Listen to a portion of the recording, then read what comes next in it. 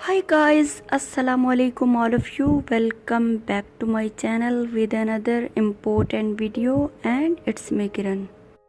आज के एपिसोड में हम बात करेंगे हनी यानी शहद के मुतालिक। शहद के क्या फ़ायदे हैं, क्यों खाना चाहिए, कब खाना चाहिए और कितना खाना चाहिए जो हमारी बॉडी के लिए बेस्ट रहे। तो ये वीडियो काफ़ी इंफॉर्मेटिव होने वाली है, so watch till the and.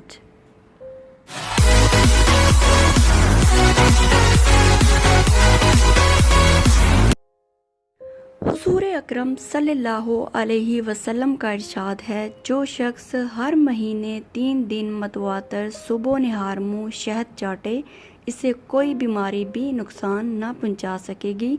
और इसकी गवाही कुरान पाक ने शहद को शिफाउन्नास कह कर दी है और इसकी अफादियत को इंसान के लिए हिकमत और सेहत का दर्जा अता कर दिया है। एक और मौका पर हुज़ूर अकरम सल्लल्लाहु अलैहि वसल्लम ने फरमाया, शहद हर जिस्मानी मर्ज़ के लिए शिफा है और कुरान रूहानी मर्ज़ के वास्ते दुआ है।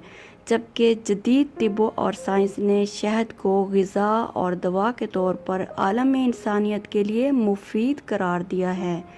आलमी इदारा सेहत ने भी शहद के आम इस्तेमाल को बड़ी अहमियत दी है और जदीद तहकीक से भी ये साबित हुआ है कि शहद जो है आलमी सतह पर मुनफरद दवा है जो वायरस को ख़त्म करती है। हालिया तहकीक के मुताबिक शुगर के मरीज़ मालिज के मशवरे से शहद इस्तेमाल कर सकते हैं। वक्त के साथ साथ फलों, फूलों, जड़ी बूटियों और दीगर अशिया पर तहकीक हुई तो मज़ीद शहद के फ़वाइद भी खुलकर सामने आए। शहद ग़िज़ा के अलावा जिस्मानी बीमारियों की एक कुदरती दवा है जिसमें शिफा है। आज यूरोप में साइंस ने बड़ी तरक्की की है, वहाँ हर दूसरा मुआलिज अपने मरीज़ को शहद खाने की हिदायत करता है। शहद अल्लाह ताला की एक छोटी सी मखलूक मक्खी का लुआब है जिसके रंग मुख्तलिफ होते हैं जो आसानी से हज़म हो जाता है।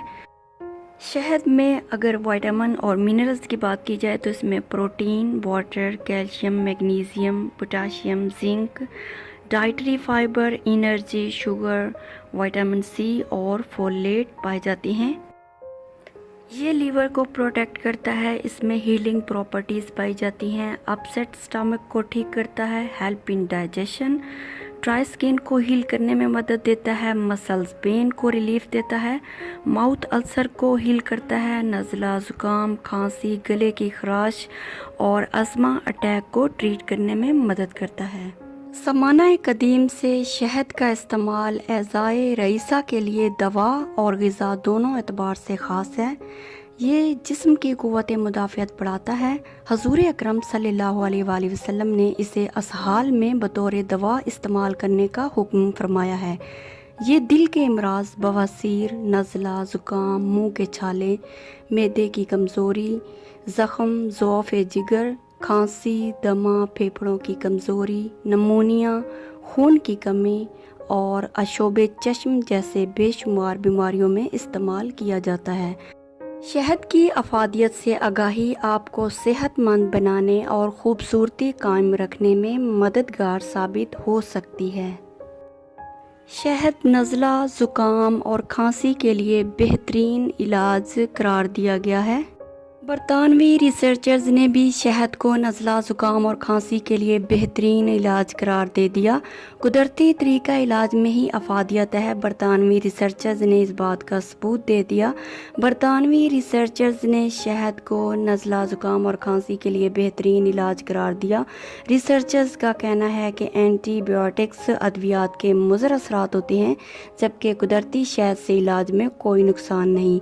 नई तहकीक के मुताबिक खांसी और सर्दियों की दीगर बीमारियों के लिए दीगर अद्वियात की निस्बत शहद बेहतरीन इलाज है। रिसर्चर्स ने 14 तजर्बात के बाद नतीजा अक्स किया कि ज़्यादातर तजर्बात बच्चों पर ही किए गए।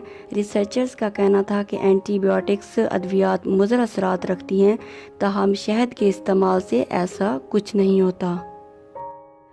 शहद की अफादियत तो हमने जान ली है, अब आते हैं इस पॉइंट की तरफ कि एक नॉर्मल पर्सन को कितना शहद लेना चाहिए। डेली इनटेक 2 टेबल स्पून तक होनी चाहिए एक नॉर्मल पर्सन की, यानी 2 ٹیبل سپون اے ڈے یعنی پر ڈے آپ 2 ٹیبل سپون تک شہد لے سکتے ہیں، اس سے زیادہ نہیں۔ اس کے علاوہ بچوں کے لیے بھی شہد کا استعمال بہت ضروری ہے تاکہ ان کی نشوونما اور پرورش تیزی کے ساتھ ہو، چونکہ شہد ہڈیوں کے بڑھنے میں مؤثر ثابت ہوتا ہے۔ ہڈیوں اور دانتوں میں کیلشیم کی کمی شہد سے ہی پوری ہوتی ہے، بٹ ناٹ فار انفینٹس، یعنی شیر خوار بچوں کو، اسپیشلی 1 سال سے چھوٹے بچوں کو شہد سے دور رکھیں، ان کو بالکل نہ دیں، because honey is a toxic food for infants. I hope this video will be very helpful for you.